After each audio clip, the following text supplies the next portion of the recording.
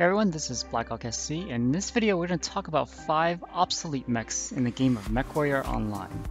It's sort of a depressing topic, huh? But I think it's pretty interesting because it really shows how much the game progressed from year to year, or even month to month. Whenever new mechs are added to MechWarrior Online, or PGI makes weapon and equipment tweaks, or when new maps are added, new playstyles emerge, which keeps the game interesting. But unfortunately at the same time, these changes are not always accompanied by balancing factors that keep older mechs up to date. Now before we get into the list though, just exactly what do I mean by obsolete? Well, let's take a look at a real-life example. In the real world, flip phones were considered state-of-the-art back in the early 2000s, but are now considered obsolete. So it really means the mechs that were once the best at what they did, but now are surpassed in every playstyle by some other mech. So this means mechs that were never top tier, like the Gargoyle or the Vindicator, are not included in this list. However, what you will see in this list though are mechs that are actually still pretty good, but just are superseded by other mechs in some way. And this is not a comprehensive list, but I think these are probably the best examples. For example, I didn't include the Atlas AS7S because I think there's still some debate as to whether the Atlas or the Spirit Bear is the best assault brawler. By the way, I ordered them by how far I think these mechs have fallen in my opinion, and it's not at all scientific. I know you guys out there will have different ideas, but these are my thoughts. Alright, let's get into the list. At number 5 is the Jenner JR7F. This light mech was the best short-range light back in the days, I'd say around 2013. It combined both speed and firepower, which made it an excellent backstabber and harasser, especially when the game had problems with hit registration. The jump jets made it maneuverable around the map quickly so that it can avoid getting shot, and it can equip up to 6 IS medium lasers, which gave it a pretty respectable 30-point alpha from 270 meters. This range meant that you don't have to be right in people's faces when you deal damage, and you can potentially hit and run from a safer distance. So what exactly happened since then? Well, first, hit rate became better, which exposes the Jenner's weakness of having a relatively big CT for a light mech. When the Firestarter first came along, its ability to spread damage better than the Jenner quickly made it a mech of choice for similar hit-and-run tactics. It's capable of fitting the same amount of firepower as well as jump jets, but defensively it was superior. Then when the clans came, the Clan ER medium laser allowed mechs like the Jenner 2CA to pack in more firepower with better range in the same weight class. This allowed it to remain at an even safer distance and deliver more damage each time it was exposed. On the short-range side, the IS medium laser has a disadvantage of having longer burn times and being less heat efficient than the Clan's small pulse, which was advantageous to mechs like the Arctic Cheetah. Also, the Clan XL meant that losing a side torso doesn't kill the mech. By then, the Jenner F's offensive and defensive capabilities were both eclipsed by several mechs, and now you really don't see them that often on the battlefield anymore. At number 4 is the Direwolf. You may be like, well, whoa, wait a minute, the Direwolf obsolete? Well, just remember that obsolete doesn't mean it's no longer useful. And that's really the situation the Dire is in right now. When the conditions are right, the Dire can still be very deadly. But in almost all of those same situations, some other mech is probably going to do better. When the Dire first came out, there was nothing that could match the firepower that it carried. Inner sphere mechs, especially assaults, were slow, partly because XLs on anything heavier than a medium was rare at the time. You have to remember that in those days, IS mechs did not have the structure, armor, and agility quirks that they do now. So the Dire's main weakness, which is the speed, didn't hurt it as much. Around early 2016, however, the IS received a massive upgrade due to some pretty heavy weapons and structure quirks. This is in addition to some of the improvements of IS weapons base values. This allowed inner sphere mechs to engage at longer ranges, become tougher, and therefore be more XL friendly. And added to the high-mounted weapons of mechs like the Banshee 3M and the Battlemaster 1G and 2C, the Direwolf had fewer options when it comes to situations where it can simply out-trade the enemy. It's too slow to reposition to a safe position when it's exposed to enemy fire, and much of that fire went to the CT as well.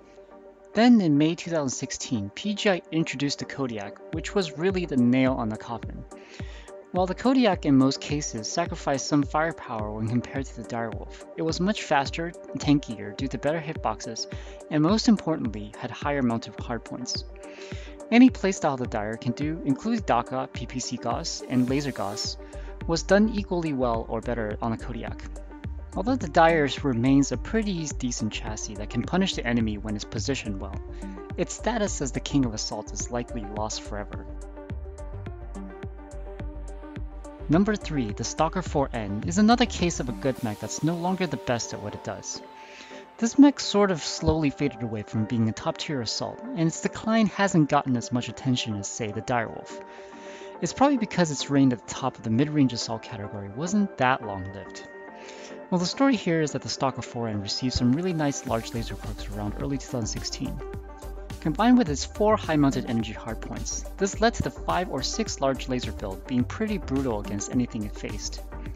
Not only does it have these great high mounts, its, well, shall we say, phallic shape allowed it to spread damage quite well as long as you stared at the enemy, which you had to do anyways because of the large laser burn. With all those advantages, what happened to this chassis? As usual, it's a combination of several factors that eventually caught up to the Stalker, especially its slow speed. That's the chassis' biggest inherent weakness, which the quirks never really addressed. When the IS received massive structure quirks, more and more heavy and assault mechs started taking XL engines. The rise of XL engines made 5 or 6 laser Battlemaster 2C, 1G, and Banshee 3M builds possible. Being able to reposition quickly meant taking less return fire, and that they can also take advantage of the enemy's mistakes. Even though the BLRs had worse hitboxes from the front, the speed made up the difference defensively. Furthermore, 2 of the 6 energy hardpoints in the Stalker 4N is located a good ways below the cockpit. This means that if you don't want to expose the entire torso, you're only going to be able to fire 4 lasers. This is a problem that the Battlemasters and Banshees didn't have, since all 5 or 6 of their energy hardpoints are high mounted. Another Stalker variant that shared pretty much the same fate was the 3H, which was used as an ER large laser boat, but suffered mostly the same problems as the 4N. In the end, the Stalker is still a pretty decent mech, but we just don't see it as much as we used to. Getting to number 2, the Cataphract 3D. This mech ranks pretty high up on the list because it was pretty much the only heavy mech that competitive players ran for a while. Back in 2013, the game was a lot different than it is today. The pace was slower with mechs moving more like how you'd imagine giant robots to move. Combined with a faster PPC projectile and a Gauss having no charge, mechs were relatively easy to hit. There were no durability quirks, so a 35-point alpha was substantial. And the jump jets actually made heavy and assault mechs jump instead of barely lifting off the ground.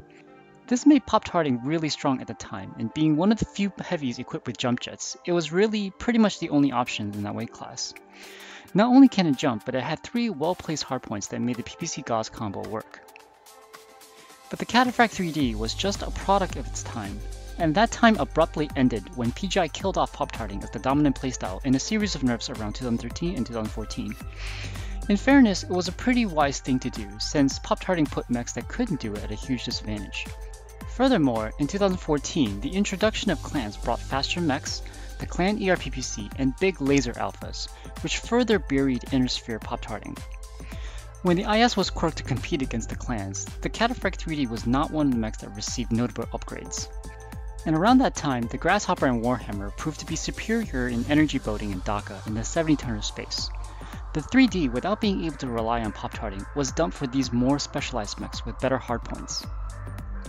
Pop-tarting has seen a resurgence since late 2016, but even then the clans have the Cataphract 3D beat in that department. Unless it somehow gets some serious quirks, the 3D's reign as the best heavy will probably never return, and I'll definitely miss it. And finally, number 1, the mech which I think fell on the hardest times, the Victor Dragon Slayer. I think a lot of you older players knew that was coming. Everyone who played in 2013 remember when the Pop-Tart Dragon Slayer dominated the battlefield, and it was probably the best representation of what a metamech is early on in the game. Sure, there were other mechs that had their time in the spotlight before the DS, but those were gimmicks that PGI killed off rather quickly. The Gauss PPC Dragon Slayer was allowed to thrive for quite a long time. But along with the Cataphract 3D, the Dragon Slayer was also affected by the same changes. The 35-point IS Pop-Tart alphas were no longer what they used to be. However, PGI decided that they weren't done, and went even further by punishing all Victor variants with negative agility quirks. This was supposed to compensate for the Victor's ability to take big XL engines, which at that time was rare in IS assaults. However, that was no longer an advantage with the introduction of the Timberwolf, which could do anything that the Dragon Slayer could do, but better. If that's not enough to make it number 1 on this list, I'll finally point out that DS is a hero mech, which means that most people who owned it paid real money for it. I was tempted to buy one early on in my NWO career, but now, of course, I'm glad I never did. Okay guys, that's it for my top 5 obsolete mechs in this game. To be clear, I'm not recommending anyone to avoid playing them. In fact, the challenge of making some of these mechs work can make gameplay more interesting. If you have your own list that you'd like to share, please make sure to add a comment below.